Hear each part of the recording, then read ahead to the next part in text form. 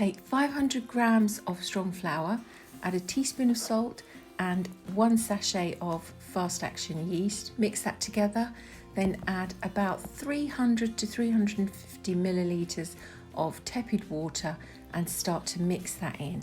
You don't need to touch it with your hands, you just need to incorporate it until it's nice and sticky and wet.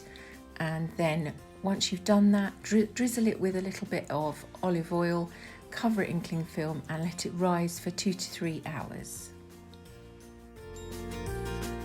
Now take some broccoli. Cimi di raba broccoli is amazing if you can get it, but any type is good. I've added a clove of garlic grated, some salt and pepper, and then I'm going to add a handful of grated parmesan for flavour and a sprinkling of olive oil.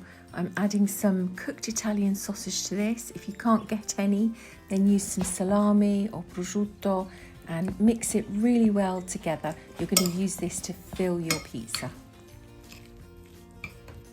I'm going to use about 1/3 of the dough that's risen.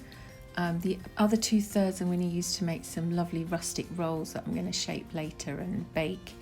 For this third, which we're going to fill with that beautiful broccoli mixture, I'm just going to use my hands to stretch it out. If you want to use a rolling pin, then do that.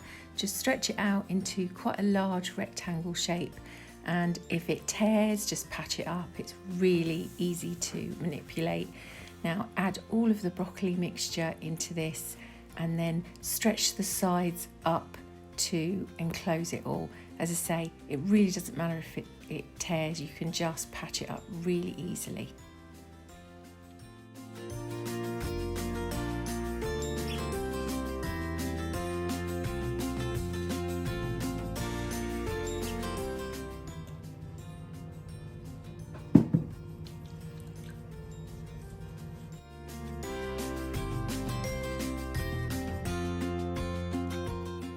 Now bake in the oven at about 220 degrees centigrade for between 15 and 20 minutes until it's lovely and golden brown, and then you can slice it up and serve it immediately.